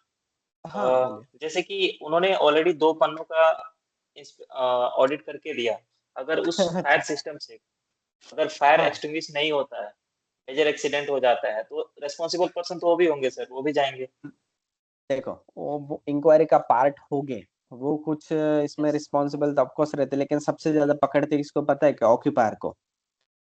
ऑक्यूपायर की जिम्मेदारी है, ठीक है। वो ऑडिट करके वो तो फंसेगा ही फंसेगा, वो नो डाउट, ठीक है। लेकिन सबसे ज्यादा सजा होगी ऑक्यूपायर को, जो भी फैक्ट्री का ऑक्यूपायर है या जो भी है, तो उसको पकड़ेंगे सबसे पहले, ठीक है। ओके सर, हाँ, वो थैंक यू सर। जिसने ऑडिट रिपोर्ट दिया है वो तो जाएगा, वो देख के। उनको तो सबसे पहले तो पुलिस को ना पता नहीं है फैक्ट्री एक्ट का, BUCW को। वो क्या देखते हैं, उनको एक ऑडिट वर्ड पता है कि कौन ऑडिटर है, चलो नाम डालो उसका एफआईआर में। क्या है क्या नहीं है वो बाद में देखेंगे। और वो नाम हटाना बहुत रिस्की काम होता है, मत बहुत सारे लॉयर्स, फिर बहुत सारा टाइम पीरियड भी लग जाता है, फिर भी वो निकलता नहीं है नाम जल्दी, ठीक है। यस, क्योंकि उन पर भी प्रेशर रहता है, कभी कभी बड़ा एक्सीडेंट हो जाए तो उन पर प्रेशर रहता है कि यार किसी को भी तो अंदर करो और ये ऐसा दिखाओ कि कुछ प्रोग्रेस चल रहा है। तो ये सारी दैट्स चीजें वाई। आप बतानी नहीं चाहिए, लेकिन ऐसा होता है अगर बड़ा फैटेलिटी वगैरह हो गया तो। BOCW पर कोई क्वेश्चन है क्या? क्योंकि आई होप, मैं सारा तो रीड नहीं कर सकता, आप पढ़ लीजिए कि क्या क्या दिया गया है इसमें, ठीक है। बहुत अच्छा कानून है। लेकिन अगर आपको मैं समझना है अच्छा एक्ट, अच्छे इम्प्लीमेंट करना है, तो मैं अगेन सबसे बार बार यही कहता हूँ कि आप जो भी एक्ट का जो बुक है वो परचेस कीजिए। लेटेस्ट 200 500 300 रुपए में आ जाता है। क्यों? क्योंकि उसमें ना गवर्नमेंट के सर्कुलर्स भी आ जाते हैं उसमें, ठीक है। और लेटेस्ट ईयर वाला लें, जैसे कि 2025 वाला है, जो भी इंटरनेट पर लेटेस्ट अवेलेबल है वो बुक लेना, ठीक है। कोई भी पब्लिकेशन से लो, नो डाउट, कोई भी पब्लिकेशन अच्छा ही छापेगी, ठीक है, उसमें कुछ चेंजेस नहीं होता है। लेकिन उसमें सर्कुलर ऐड हो, गवर्नमेंट रेगुलेशन नोटिफिकेशन ऐड हो, आपके स्टेट का अमेंडमेंट ऐड हो, वो बस इंडेक्स में एक बार चेक कर लेना, उनको कॉल करके कंफर्म कर लेना। आप कोई भी स्टेट में काम कर रहे हो तो वो स्टेट वाला लेना अच्छा रहेगा, आपके लिए बेनिफिट रहेगा, ठीक है। उसमें सब और लेटेस्ट वाला लेना। लेट्स से कि 25 चालू है, तो मैं 2022 का अपडेशन या फिर 2022 या 23 ईयर का लेके मेरा फायदा नहीं, क्योंकि इस 2 सालों में क्या क्या चेंजेस हुए वो तो उस बुक में आएंगे नहीं। और दूसरा, जब आप अपना इंटरनल ऑडिट करोगे ना, तो ये ऐसा बुक पढ़ के करिएगा, ठीक है। आप अपने साथ रखिए ऑडिट में, हम भी बहुत बार ऐसा करते हैं। ठीक है, साथ रखिए, क्योंकि सामने वाले को भी दिखाना पड़ता है कभी कभी। और सारे के सारे एक्ट आप बाय हार्ट याद रखोगे सेक्शन नंबर, वो पॉसिबल नहीं रहेगा, क्योंकि क्लॉज भी आपको बताना पड़ता है ना। तो ये भी आप देख लीजिएगा एक बार, ठीक है। ये बीओसीडब्ल्यू का स्टेट का रूल्स है, तो इसमें भी अगेन ये सारा डेफिनेशन उसमें आ जाता है। अब स्टेट का जो रूल्स पढ़ोगे ना, तब आप देख लीजिएगा कि ये जो उसका एप्लीकेशन रहता है सिर्फ स्टेट पर ही रहता है। मतलब ये जो रूल्स है महाराष्ट्र का बीओसीडब्ल्यू रूल्स, तो महाराष्ट्र के बाहर एप्लीकेबल नहीं रहेगा। तो ये भी ध्यान देने वाली बात है। और आपको लगेगा कि पैसा बर्बाद करने से अच्छा है कि इंटरनेट से डाउनलोड कर लूंगा, तो कुछ ना कुछ तो छूट ही जाएगा, तो इसका प्रिंट मार के मैं कर दूंगा, नहीं। गवर्नमेंट का जो जीआर आता है, नोटिफिकेशन आते हैं, वो मिस हो जाते हैं दोस्तों आपसे, तो ये गलती मत करना। आई होप आपको पता चल गया होगा कि क्या है एक्ट में, क्या क्या दिया गया है, ठीक है।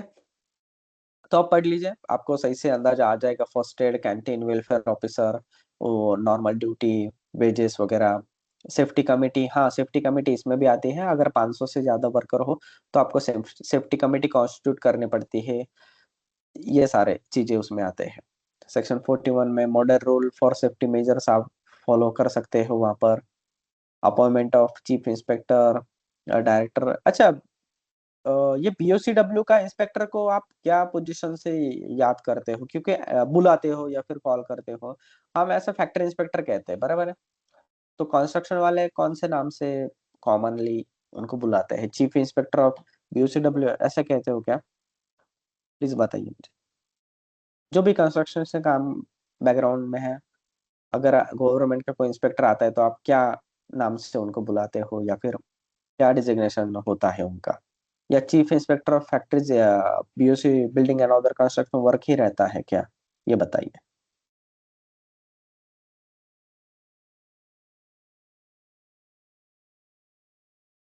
ठीक है, कोई नहीं। मैं ऐसा ही 1-2 वीक में बीओसीडब्ल्यू के इंस्पेक्टर से मिलने वाला हूँ नासिक डिस्ट्रिक्ट के, तो जान लूंगा क्या डेजिग्नेशन रहता है उनका। ठीक है, हमारे यहाँ जॉइंट डायरेक्टर वगैरह ऐसा सर डेजिग्नेशन रहता है। हाँ, बोलिए। अभी तक कोई आया नहीं ऐसा बीओसीडब्ल्यू वाला, इसके लिए कुछ आइडिया नहीं इसके बारे में। अच्छा, आप कौन से स्टेट से आपका ऑर्गेनाइजेशन है? मुंबई, मुंबई से ही है। हाँ। अच्छा, महाराष्ट्र।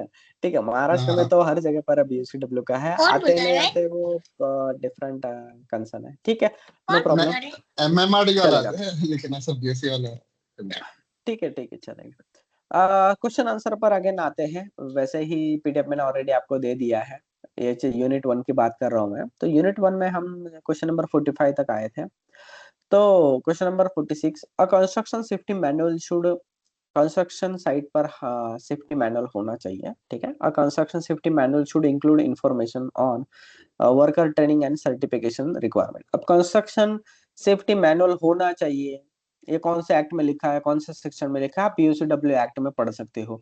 अगर वहां पर कंस्ट्रक्शन सेफ्टी मैनुअल स्पेसिफिकली नहीं लिखा हुआ है, तो आप ये पढ़ लेना कि जो भी जिम्मेदारी है वो क्या है, किसकी जिम्मेदारी, एम्प्लॉयर की, कॉन्ट्रैक्टर की जिम्मेदारी क्या है, उसमें वहां पर लिखा हुआ रहेगा कि भाई आपको सेफ्टी वगैरह प्रोवाइड करानी है, तो वो प्रोविजन के लिए आपको कंस्ट्रक्शन सेफ्टी का मैनुअल चाहिए, ठीक है। क्योंकि हर एक चीज जो हम कर रहे हैं वो आपको किसी स्टैंडर्ड में या किसी क्लॉज में मिल ही जाएगी, ऐसा पॉसिबल नहीं है, ठीक है। तो वो आपको चेक करना पड़ेगा।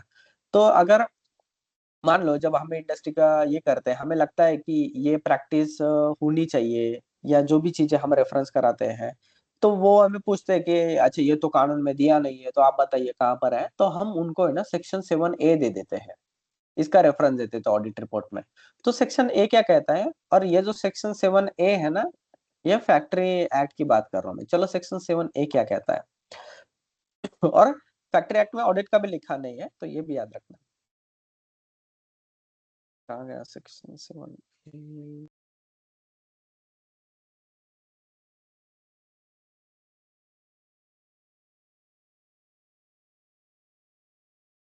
हाँ, जनरल ड्यूटीज ऑफ ऑक्यूपायर। अब section 7A, every occupier shall ensure so far as is reasonably practicable the health, safety and welfare of all workers while they are at work in the factory।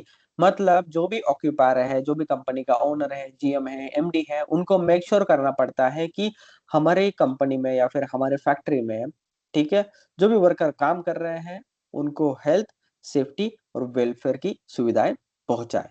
अब ये कोई make sure कैसे करेगा? ठीक है, तो ensure कैसे करना है? अब जो भी फैक्ट्री का ऑक्यूपायर है वो इंश्योर कैसे करेगा? तो ऑडिट करके इंश्योर करेगा। ठीक है, तो फैक्ट्री का ऑडिट कराओ। अब अपने ही बंदे अगर अपने फैक्ट्री का ऑडिट करेंगे, जिसे हम इंटरनल ऑडिट कहते हैं, तो उसमें क्या ही ये है। ठीक है, इंटरनल ऑडिट करोगे, स्ट्रिक्टली करोगे, अच्छी बात है। लेकिन जब कोई थर्ड पार्टी या एक्सटर्नल पार्टी जब ऑडिट करती है ना, चाहे वो फैक्ट्री का हो, तो तो फिर हमें अपने लेवल का अंदाजा आ जाता है और वो फिर वैलिड पॉइंट मान जाता है। आप अपनी गलतियां क्यों दिखाओगे? अपने प्लांट की गलतियां, आप समझ रहे हो? ठीक है, और एज अ मान लो कि मैं एक कंपनी में काम कर रहा हूँ, मैं एएचएस मैनेजर हूँ, सेफ्टी ऑफिसर हूँ, जो भी पोजीशन पर हूँ। मान लो कि मैंने इंटरनल ऑडिट कर भी लिया फैक्ट्री का और सारे एप्लीकेशन स्टैंडर्ड्स वगैरह डाल दिए, तो क्या मैं अपनी ही कंपनी की गलती दिखा सकता हूँ क्या? तो मेरा जो सीनियर है, मेरा जो ऑक्यूपायर है, तो वो तो बोलेगा ही ना कि थोड़ा बहुत ये कर रहे, और ये करना पड़ता है और ये प्रैक्टिसेस देखी है। इसलिए जो भी ऑडिट या इंस्पेक्शन जो भी होगा, वो थर्ड पार्टी जब रहेगा तो सही से रहता है। ठीक है, चाहे वो ट्रेनिंग हो या फिर ऑडिट हो। क्योंकि बहुत सारे ऑफिसर्स या बहुत सारे जैसे जुडिशरी सिस्टम ऐसा मानती है कि आप आपकी गलतियां खुद मानते नहीं हो और दिखाते भी नहीं हो, समझ रहे हो? तो थर्ड पार्टी का वैलिडेशन होना जरूरी है इसमें।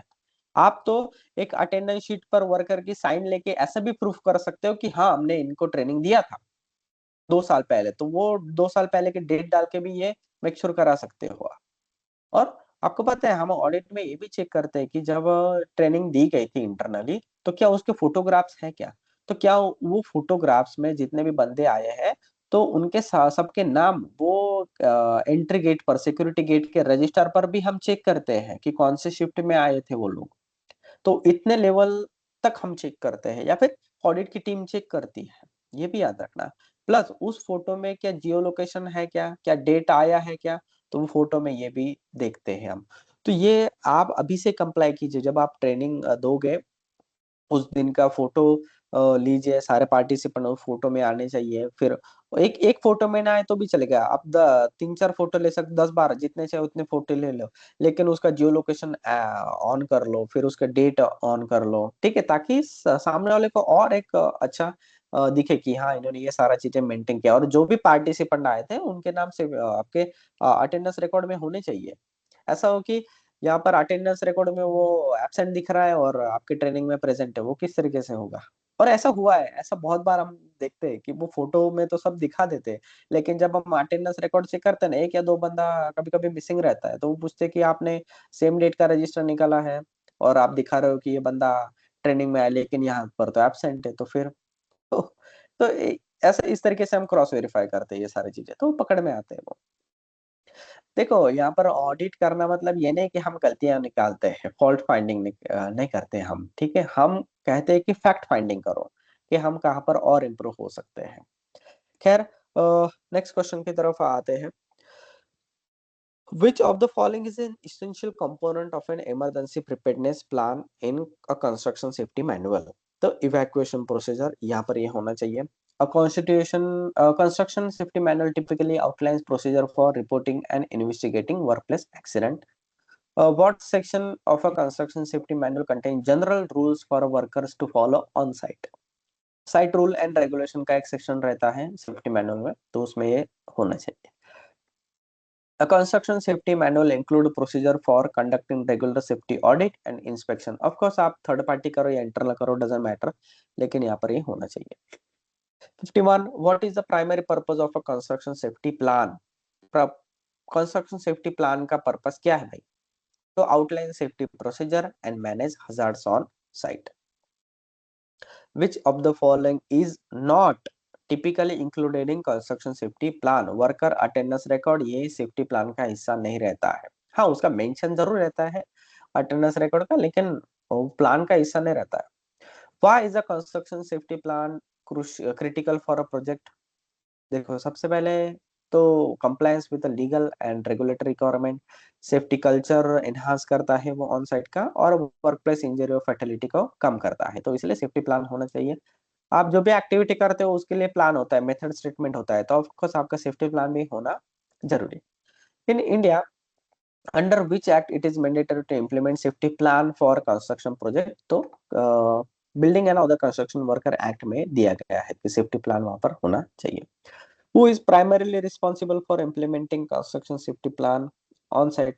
अब ये देखो, आप ये कंस्ट्रक्शन सेफ्टी प्लान को ऑन साइट इमरजेंसी प्लान बोल सकते हो, ठीक है, या एक्सीडेंट प्रिवेंशन प्लान, जो भी आपको नाम देना है, तो वहां पर वो बोल सकते हो, अलग अलग नाम से जाने जाते हैं। तो project manager, safety officer, site engineer, ये सबका रिस्पॉन्सिबिलिटी यहाँ पर। और आपको बताओ कि सेफ्टी वाला जो पर्सन जो रहता है उसका रिस्पॉन्सिबिलिटी, उसका ड्यूटी या रोल क्या है? तो वो एडवाइजरी रोल पर रहता है, वो कोई एनफोर्सिंग रोल पर नहीं रहता है। क्या वो इम्प्लीमेंट करने वाला बंदा नहीं है, वो एक एडवाइजरी रोल है। आप याद रखना, सेफ्टी के आप कोई भी पोजीशन पर चले जाओ, आप कंपनी को, चाहे वो कंस्ट्रक्शन वाला हो, पावर प्लांट हो या फैक्ट्री हो, आप उनको सिर्फ एडवाइस कर सकते हो कि अरे ये करो, वो करो, वगैरह वगैरह। आप ठीक है, आप बता सकते हो, उनको फोर्स करा सकते हो, लेकिन इम्प्लीमेंट करना किसका काम पता है क्या आपको? साइट इंजीनियर का, या प्रोजेक्ट मैनेजर का, फैक्ट्री मैनेजर का, ऑक्यूपायर का, उनका काम है। आप बस एडवाइस करो, दैट्स इट। आपका जिम्मेदारी सिर्फ एडवाइस करना है, दैट्स इट, बाकी कुछ नहीं है। मतलब मेन प्राइमरी रोल आपका एडवाइजरी है। तो ये कानून ने भी माना है कि सेफ्टी वाला जिम्मेदार नहीं रहेगा एक्सीडेंट के लिए, लेकिन उसका एडवाइजर रोल है। अगर वो एडवाइस नहीं करता है तो गलती उसकी है, अगर वो हजार्ड फाइंड आउट नहीं कर पाते हैं तो जिम्मेदारी उसकी है, ठीक है। अगर मान लो कि किसी कंपनी में या फैक्ट्री में फैटेलिटी हो जाए, या मेजर एक्सीडेंट हो जाए, या रिपोर्टेबल एक्सीडेंट हो जाए, तो इन्वेस्टिगेशन में देखते हैं कि क्या ये पॉइंट, जो भी रीजन से ये एक्सीडेंट हुआ है, ठीक है, तो कुछ हजार्ड तो होगा वहां पर। तो क्या हजार्ड आपके हीरा में है क्या? क्या सेफ्टी ऑडिट रिपोर्ट में है क्या? क्या इंटरनल ऑडिट रिपोर्ट में है क्या? तो वो देखते हैं। अगर नहीं है, फिर वो जिम्मेदार आपको ठहराते हैं। अगर है, आपने उस पर क्या एक्शन लिया, जो करेक्टिव एक्शन कुछ लिया है क्या आपने, तो ये भी वहां पर देख लेते हैं वो। या प्रिवेंटिव एक्शन कुछ लिया है क्या? नहीं है, फिर आप वहां पर जिम्मेदार हो, फिर पेनलाइज के लिए आगे बढ़ते हैं। Then what is the most critical element of the emergency procedure section in a construction safety plan? Evacuation route and contact number. Of course, contact number, और आप जब आप ऑन साइट इमरजेंसी प्लान बनाते हो तो उसका रिवीजन नंबर भी डालना जरूरी है। उसके बाद फिर नेक्स्ट ड्यू कब है, नेक्स्ट रिव्यू कब है, तो उसका भी डेट डालना जरूरी। डेट डालना पूरा, ईयर नहीं, डेट, ठीक है। एक प्लान मैंने ऐसे देखा कि सिर्फ ईयर वहां पर था, ईयर नहीं होना चाहिए, पूरा डेट होना चाहिए। What is the first step in the risk assessment process included in a construction safety plan? Identifying potential hazard. Good. सबसे पहले तो आप आपके इंडस्ट्री में क्या क्या हजार्ड हो सकते हैं, जितने ज्यादा हजार्ड आप आइडेंटिफाई करोगे ना, उतना आपकी इंडस्ट्री सेफ होगी गाइस। ये मेरा मानना है, सच में। Hazard identification the first step, ठीक है। लेकिन आप हजार्ड तभी आइडेंटिफाई कर पाओगे जब आपको ऑपरेशन समझेगा, प्लांट के प्रोसेस फ्लो समझेगा, प्लांट प्रोसेस समझोगे, इन डेप्थ प्रोसेस आपको समझ जाएगी, in depth activity work flow कैसा है, तब आप हजार्ड आइडेंटिफाई कर पाओगे। आपका रॉ मटेरियल के बारे में आपको पता होना चाहिए, प्रोसेसेस के बारे में पता होना चाहिए, प्रोसेस फ्लो के बारे में पता होना चाहिए, क्योंकि ये सारे एरियाज में ही हैजार्ड होते हैं, बाकी कुछ नहीं है। How often should a construction safety plan should be review? Generally ये एनुअल रहता है। कभी कभी अगर साइट कंडीशन और रिस्क के हिसाब से या फिर कोई फैटेलिटी हो गई तो अगेन आपको रिव्यू करना पड़ता है। What should be included in the training section of a construction safety plan? Roles, responsibility of a worker, safe operating procedure, emergency response training, ये सारा उसमें होना चाहिए। अच्छा हाँ, मैंने जब आपको बताया कि फैक्ट्री एक्ट में आप 111 इम्प्लीमेंट कीजिए, ट्रेनिंग दीजिए लोगों को, और इंटरनल भी ट्रेनिंग है तो फायर फाइटिंग का उसको भी ट्रेनिंग देना सेक्शन 95 के हिसाब से कंपलसरी है। दूसरा, मैं ये कहना चाहता हूँ कि ये आप कंप्लाई क्यों कीजिए, क्योंकि आप सेफ होते हो उससे। आप खुद की सेफ्टी के लिए आप दिखा सकते हो कि हाँ, ये जो भी लोग हजार्डस एक्टिविटी कर रहे हैं उसका ट्रेनिंग उनको मिला हुआ है, ठीक है, ये सर्टिफिकेशन है, दैट्स इट। और जो सर्टिफाइड है उनको अलाउ कीजिए आप। नेक्स्ट है, what is one major benefit of a well implemented construction safety plan? Improved worker morale and reduce accidents. और जब आप ये उनको कंस्ट्रक्शन जो भी कॉन्ट्रैक्टर हो उसको ये करते हो तो वो इम्प्लीमेंट करता है गाइज, उसको काम करना है आपके प्लांट में, ठीक है। नेक्स्ट है क्वेश्चन 62। यहाँ पर सेक्शन 61 का क्वेश्चन नहीं आया है। Which of the following is not typically included in traffic management plan for construction site? तो material storage location on site ये होना चाहिए. Emergency preparedness plan आप कह सकते हो. In case of a construction site fire, what should be the first action according to the emergency preparedness plan? Activate fire alarm and evacuate affected zone. कभी कभी अगर अंडर कंस्ट्रक्शन एरिया है तो वहां पर फायर अलार्म सिस्टम नहीं रहता है, क्योंकि वो एट द लास्ट स्टेज में इंस्टॉल किया जाता है. तो जनरली यहाँ पर फायर का खतरा कंस्ट्रक्शन साइट पर स्टोरेज एरियाज में ज्यादा रहता है, इलेक्ट्रिकल पैनल के साथ ज्यादा रहता है, जहां पर भी पावर वगैरह है, हॉट वर्क चल रहा है, तो वहां पर ये सारा खतरा बना रहता है फायर लगने का. ठीक है, तो वहां पर आप एक्टिवेट कर सकते हो अगर फायर अलार्म या सायरन वगैरह है क्या, ताकि उस एरिया को आप इवैक्यूएट करा सको.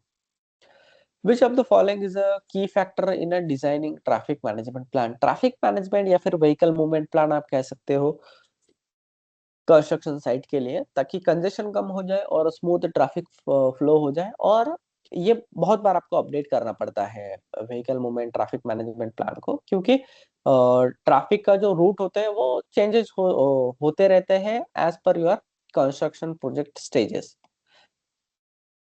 In an emergency situation on a construction site, what role does a site safety officer play according to the emergency preparedness plan? Coordinating emergency responses and implement safety measure. तो implement करने वाला बंदा है guys, advise करेगा, implement करेगा policies. ठीक है, लेकिन अगर कुछ गलती हो गई तो उसको पकड़ा नहीं जाता है आजकल. सिर्फ पहले तो सेफ्टी वाले को डालते थे, आजकल नहीं पकड़ते उनको. जो परमिट साइन करेगा उस पर उसको जिम्मेदार ठहरा जाता है. जनरली 80-90% केस में वर्कर ही गलती रहती है. वहां पर देखते हैं हम कि वो जल्दबाजी में, अनसेफ कंडीशन तो हार्डली 10-20% का केसेस में हो जाता है. What should be the first consideration when creating a traffic management plan for a construction site in a busy urban areas? Minimizing disruption to the surrounding traffic and pedestrians. Traffic का problem आपको domestic areas में भी देखने को मिलता है, factories में कम है, कंस्ट्रक्शन एरियाज में आपको देखने को मिलता है ज्यादा. और आजकल इतने ट्रैफिक बढ़ गए हैं नॉर्मली, तो वहां पर भी प्रॉब्लम है ही है. Which of the following action plan is a part of an emergency preparedness plan for medical emergencies on construction site? Assigning specific personnel as a first aid responder. When implementing TMP, मतलब traffic management plan on a construction site, what is one method to reduce vehicle speed? Use of a temporary speed bumps or rumble strip. Of course, यहाँ पर आप speed bump install करा सकते हो, rumble strip का इस्तेमाल कर सकते हो. फैक्ट्रीज में जनरली ये देखा है मैंने. विच या फिर आप बोर्ड भी लगा सकते हो, व्हीकल मूवमेंट डायरेक्शन वगैरह दिखा सकते हो, सेफ्टी साइन बोर्ड दिखा सकते हो, ताकि उनको आइडिया आ जाए. प्लस ट्रेनिंग दो, डिफेंसिव ड्राइविंग का भी रोड सेफ्टी वीक मंथ चल रहा है, तो बहुत जगह पर डिफेंसिव ड्राइविंग की ट्रेनिंग दी जा रही है. ठीक है, तो yes, which of the following should be included in emergency evacuation plan for a construction site? Detailed evacuation routes and assembly point. Who is the responsible for ensuring that the traffic management plan is followed during a construction project? The site safety officer and traffic manager. Traffic manager generally traffic management आपको ही करना पड़ता है guys, कोई करेगा नहीं.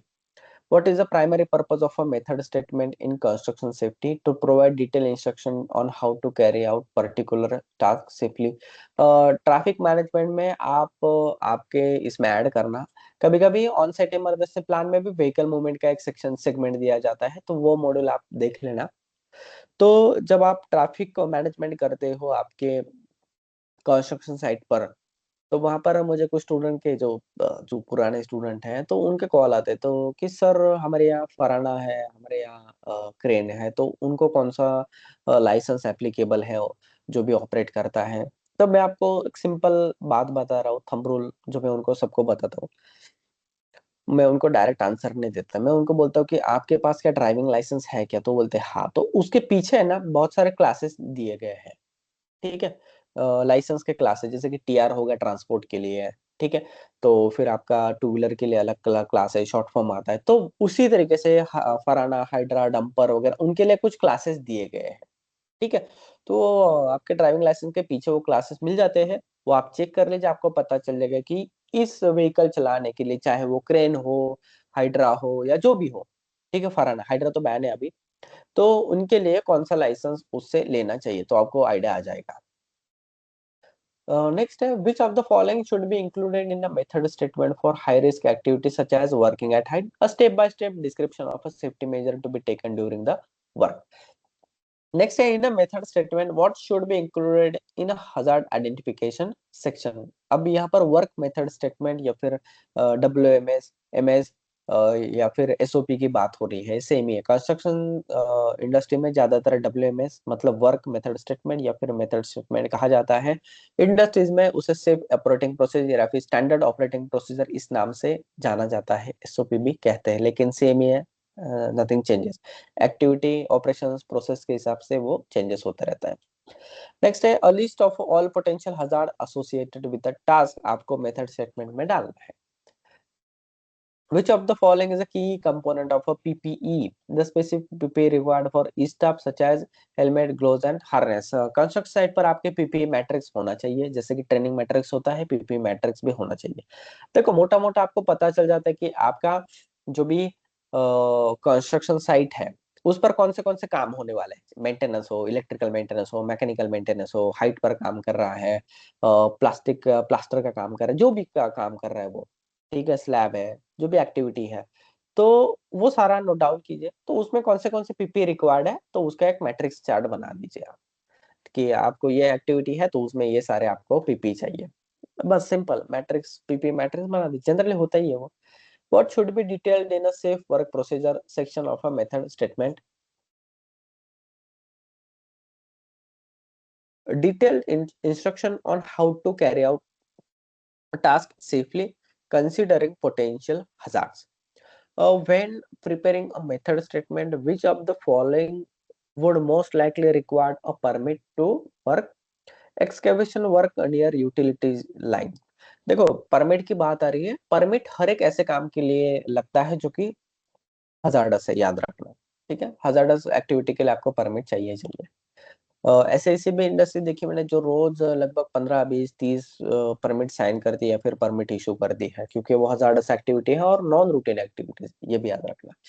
Routine activities मतलब हर shift में वही काम हो रहा है, पूरा महीना वही काम होने वाला है, जैसे कि फैक्ट्रीज में होता है, तो वहां पर आपको परमिट की जरूरत नहीं है। इवन दो वहां पर हजार्डस एक्टिविटी, आप SOP वहां पर डिफाइन कर दो, जो बंदा वहां पर काम कर रहा है उसको सही से ट्रेनिंग दो, उसका सर्टिफिकेशन होना चाहिए, then you allow them to work. तो इस तरीके से होना चाहिए। दूसरा, अगर आप कोई भी इंडस्ट्री में काम कर रहे हो, जो भी लेटेस्ट इंडियन स्टैंडर्ड आया है वर्क परमिट सिस्टम का, उसे कंप्लाई कीजिए, सिंपल। उसमें आप कहीं पर भी देखोगे तो सेफ्टी वाले का सिग्नेचर नहीं रहता है, प्रोजेक्ट मैनेजर, इंजीनियर, मेंटेनेंस वाला वगैरह वगैरह, ऐसे 4 5 साइन दिए गए हैं उन्होंने, मिनिमम 3 है। वहां पर परमिट के टाइप्स भी दिए गए हैं, टेम्पलेट भी दी गई है, तो वो भी आप देख लीजिए एक बार। तो मतलब ऐसा नहीं कह रहा हूँ कि उसको फॉलो कीजिए, शायद आपके परमिट में उससे ज्यादा भी इंफॉर्मेशन दी गई है, वो बस एक बेंचमार्क दिया गया है कि मिनिमम इतना तो होना ही चाहिए। अगर उससे ज्यादा है तो और भी अच्छी बात है, लेकिन जो इंडियन स्टैंडर्ड में दिया गया है वो सारे के सारे कंटेंट उसमें होने चाहिए। हाँ, अगर किसी कंपनी में सेफ्टी का ऑफिसर का सिग्नेचर वगैरह है, तो वहां पर आप रेफरेंस के लिए मैनेजमेंट पर ये रेफरेंस डॉक्यूमेंट दे सकते हो कि सर यहाँ पर एक इंडियन स्टैंडर्ड आया है 2023 में, उसमें दिया गया है कि सेफ्टी वालों का रोल एडवाइजरी है और परमिट में उसका साइन होना जरूरी नहीं है, या फिर जिनका साइन होना चाहिए उसके नाम दिए गए, तो आप रेफरेंस देके आपका सेफ्टी वालों का साइन निकाल सकते हो उसमें से। तो ऐसा भी मैंने 1 2 इंडस्ट्रीज में कराया है। आई गेस आज, यस बोलिए, एनी क्वेश्चंस? सर हाँ ये बोलिए। परमिट का, ये जो बोला ना हाँ सेफ्टी हाँ का, तो एक PMC है वो अभी सेफ्टी वाला साइन कर रहा है, लाइक PMC का भी सेफ्टी वाला और हमारा भी। तो अब इसमें क्या अरे रेफरेंस देना सर, एक बार आप फिर से बोल सकते हैं क्या मुझे? वाह, हाँ आपका सर, क्या परमिट रेफरेंस में में, देख के इसको मैं। ठीक है, यहाँ पर है ना इंडियन स्टैंडर्ड 17893, इंडियन स्टैंडर्ड एक मिनट, हाँ सर। 17893, आप लिख लीजिए चाहे तो। हाँ हाँ हाँ सर, लिख रहा हूँ, एक मिनट है सर। हाँ, तो सर आप एक बार ऑनलाइन रिपीट भी कीजिए दोबारा से। Indian standard 17893,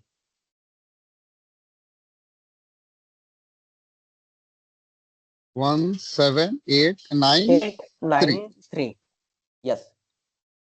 okay, Indian standard 17893 ना सर?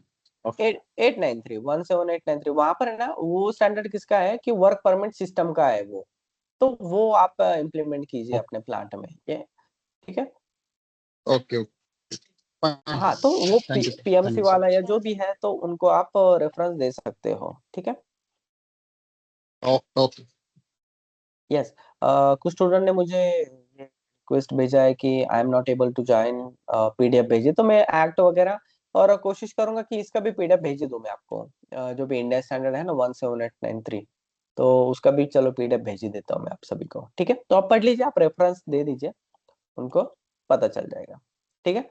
लेकिन आप पढ़िए सही से, उसका मीनिंग समझिए, फिर रेफरेंस देना, ऐसा ना हो कि आप ही गलत ठहरे वहां पर। तो आप एक बार सही से 2-3 बार चेक कर लीजिए क्या है क्या नहीं है, उस फॉर्मेट में किस किस का साइन होना चाहिए, क्या क्या रोल्स है वहां पर, वो एक बार देख लीजिए आप, ठीक है। यस, इन्हीं कोई क्वेश्चन, आज हम ये रुकते हैं, नेक्स्ट यूनिट बाकी आप पढ़ लीजिएगा, नेक्स्ट यूनिट में हम नेक्स्ट क्लास में हम नेक्स्ट यूनिट की बात करेंगे।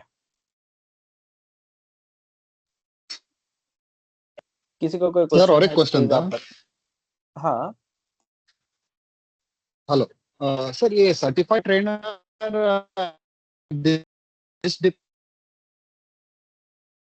डियर, आपका क्वेश्चन क्या ये हो रहा है। ब्रेक हो रहा है क्या सर? आ रहा है क्या अभी आवाज? हाँ अभी आ रहा है, बोलिए। हेलो हाँ सर, बोलिए। ये सर्टिफाइड ट्रेनर डिस डिपार्टमेंट से अप्रूवल होना चाहिए? जरूर नहीं है, लेकिन इंस्टीट्यूट अप्रूव होना चाहिए, ठीक है। अच्छा, इंस्टीट्यूट अप्रूवल आप होना चाहिए। ओके। हाँ देखो, हम क्या करते हैं, इंस्टीट्यूट अप्रूव है, उनका लाइसेंस, हमारा लाइसेंस जो है वो भेज देते हैं। दूसरा, जो भी ट्रेनर हमारा जाने वाला है ना, उसका प्रोफाइल भेज देते हैं हम। तो प्रोफाइल में उसका वर्क एक्सपीरियंस, उसका सर्टिफिकेशन, क्योंकि हमारे जब हम डिश का लाइसेंस वगैरह देते हैं ना, क्योंकि हमको रिपोर्ट भी करना पड़ता है डिश डिपार्टमेंट को कि भाई कौन से ट्रेनिंग किए, कितने लोगों को ट्रेनिंग दिया, कौन से टॉपिक पर दिया, उनका सर्टिफिकेशन नंबर क्या था, उनका वैलिडिटी क्या है, तो ये हमें रिपोर्ट क्वार्टरली देना पड़ता है उनको। तो जब भी हम क्लाइंट को ये देते हैं ना, तो ट्रेनर का प्रोफाइल भेज देते हैं, ताकि उसको पता चल जाए कि क्या ये बंदा एलिजिबल है या नहीं है, आप समझ रहे हो। मान लो कि कंस्ट्रक्शन का कोई ट्रेनिंग देना है, जैसे कि वर्क एट हाइट, तो क्या वो एलिजिबल है क्या, या फ्रेशर है, तो वो पता चल जाता है उसके प्रोफाइल से, ठीक है।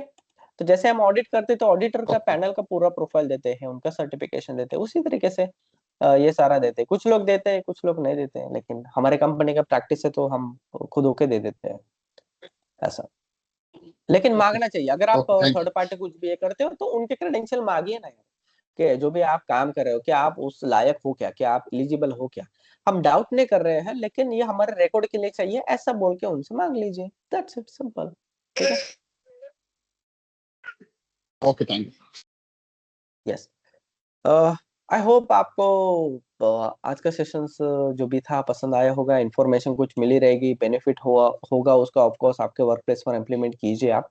और जो भी ये बीओसीडब्ल्यू का एक्ट वगैरह है, इवन महाराष्ट्र का मैं भेज ही देता हूँ सबको व्हाट्सएप पर, ताकि आपको ये आ जाए। Okay guys, good night, take care, bye. जो भी आप डाउट है आप मुझे ओके व्हाट्सएप सर, पर थैंक टच यू कीजिए, सर, मैं आपको आंसर दूंगा। Yes yes, bye bye, take care. Thank you sir.